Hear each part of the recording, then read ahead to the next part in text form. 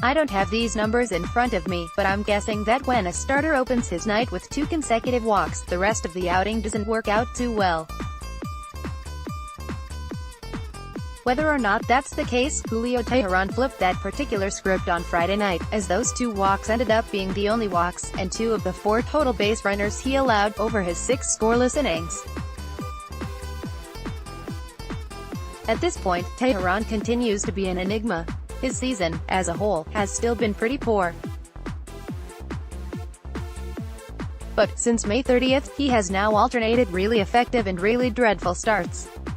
In the 3 good starts in that span, he's allowed 2 runs in 18 innings, with 0 long balls yielded.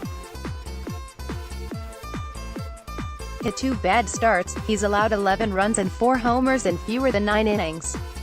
As I've indicated earlier this season, even before Teheran's game log became so whiplash-inducing, previously, he was at least stringing together good and bad starts. I don't have a great idea of why his results are what they are.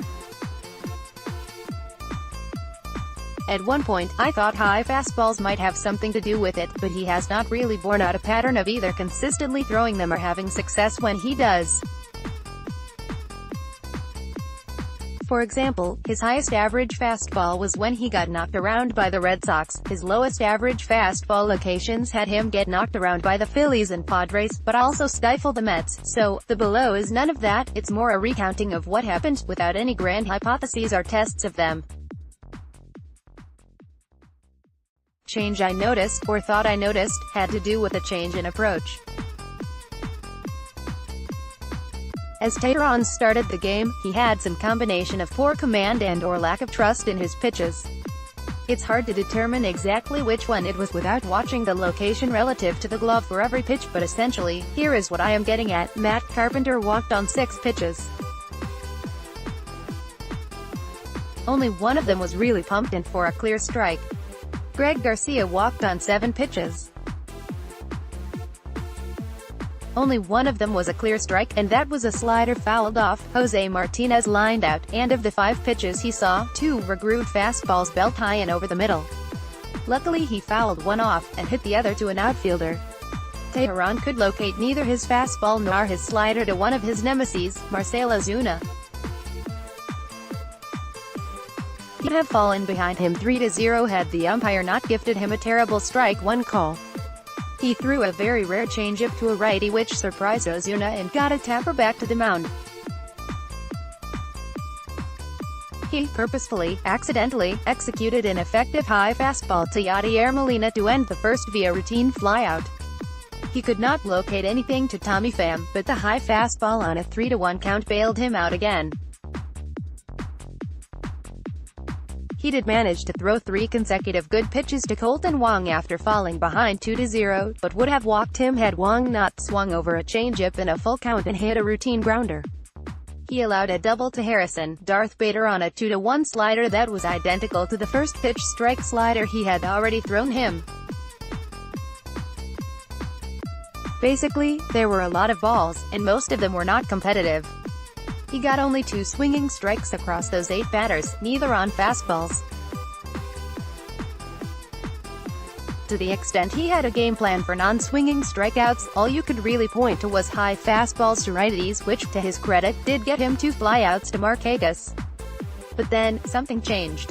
While it's hard to say that something changed because of the opposing pitcher, Teheran blew 2 high fastballs by him. Before we go on to what happened next, here are a few charts of Teheran's sequence. First TTO, time through the order. You can click here for an interactive version of this chart that lets you see the batter and result for each pitch. That's a lot of waste pitches, with that strange appendage in the bottom right down and away to righties. Normally, pitchers suffer subsequent times through the order because batters have seen their pitches and gotten a sense of their approach to retiring them. However, Teheran's approach was so scattershot and fraught the first TTO that, when he pivoted in the second TTO, batters may not have really expected it. Cardinals hitters may have expected Teheran to continue to nibble and miss, so they could have either waited on grooved fastballs or taken a bunch of pitches hoping to draw more walks. I'm not sure what their game plan was, but Teheran didn't really oblige them with either, and may have therefore caused them to stumble when reality didn't meet their expectations. The third inning was fairly scary, even though Teheran only threw 5 pitches. All 3 outs were hit to enter Enciarte in center, and 2 were rocketed at over 102 miles per hour. The pitch that Garcia hit a weak fly on, a grooved 1-0 fastball, was probably a mistake, but the other 2 outs were on a changeup and slider, both fairly low in the zone. Moving right along, Teheran's game plan really started to congeal in the 4th. Ozuna and Pham were both retired on high and away fastballs, ground out, fly out.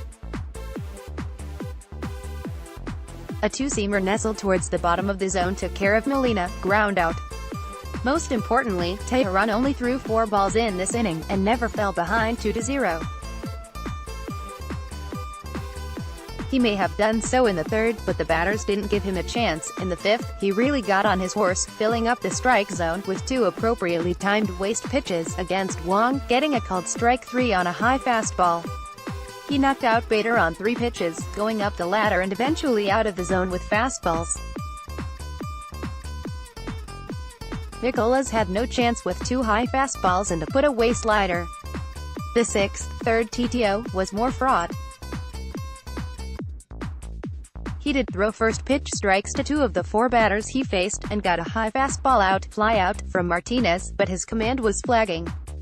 Of 16 pitches, only 4 were comfortable strikes, and while Carpenter's leadoff single was on a good pitch out of the zone, Ozuna really bailed him out by chasing a slider that skated out of the zone for the inning's last out.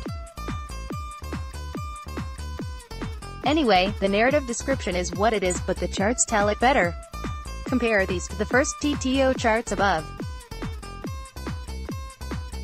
Again, click here for the interactive version. The things that jump out to me here are, 1. Fewer egregiously poor sliders in the bottom right, 2. More borderline pitches, 3. A tighter spread overall, and 4. More variety, i.e., not so much of the same pitch in the same location.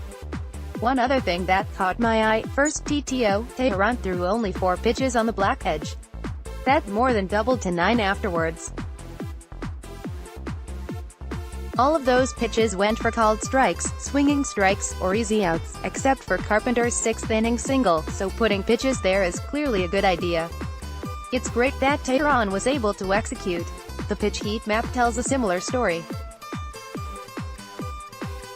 Yes, that bottom right tail is still there, but the dark areas show a more targeted approach. If you break this up into righty and lefty hitters, you will see that the upper right black spot was the spot of choice for righty hitters, up and away to them, while the bottom left black spot was the preferred target for lefties, down and away to them. I have absolutely no idea what Teheran will do in his next start. But if he can continue to do what he did in the second TTO against the Cardinals by throwing high fastballs to righties and keep the ball down and away to lefties without wasting pitch after non-competitive pitch, it could go pretty well. He'll just need to execute. We'll see what happens.